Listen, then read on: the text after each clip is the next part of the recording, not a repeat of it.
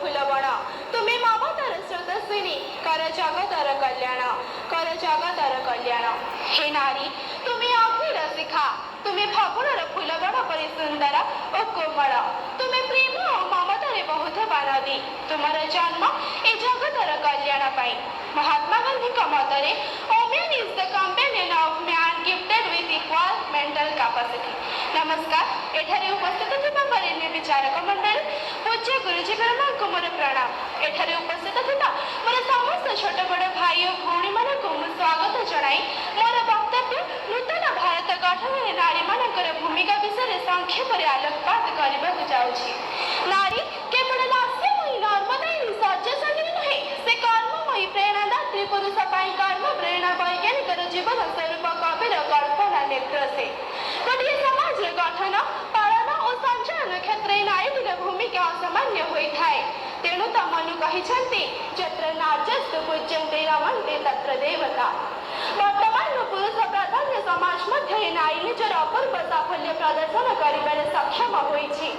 नारी और पुरुष एही द्वयंकु नहीं समाज गठित समाज रूपक गोटे मुद्रार नारी और पुरुष हेउछन्ति दुईटी पार्श्व सदृश। समाजर वास्तव उन्नति पुरुषर उन्नति हेले होई न थाए बरं समाजर वास्तव उन्नति होई थाए जतबेले गोटे नारी घर कोणरे मुह न लुचाई घर बाहर को पाद काढी थाए। मो मतरे आम भारतर उन्नति सेतबेले संभव हेबो जतबेले गोटे नारी दलित शोषित निर्यातित हेबो नाही समस्त क्षेत्र रे निजर सम्मान को से सर्वाग्रे उपस्थित कराई परिबो। वर्तमान आम भारतीय नारी समस्त क्षेत्र रे उन्नत। उदाहरण स्वरूप जुलाई 14 तारीख चंद्रयान-3 लॉन्च होइतिला एवं यह द्रुत गरिधानकर नेतृत्व में सफलतार सहित प्रेरणा करा जाय पारिथिला। निकट अतीत में आम ओडिशार मयूरभंज जिलार जने आदिवासी महिला द्रौपदी मुर्मू समग्र भारत राष्ट्रपति पद में नियुक्त होई पारिथिले। नारी केबे अबला दुर्बल रही नहीं कि आगक मध्य रहिब नहीं।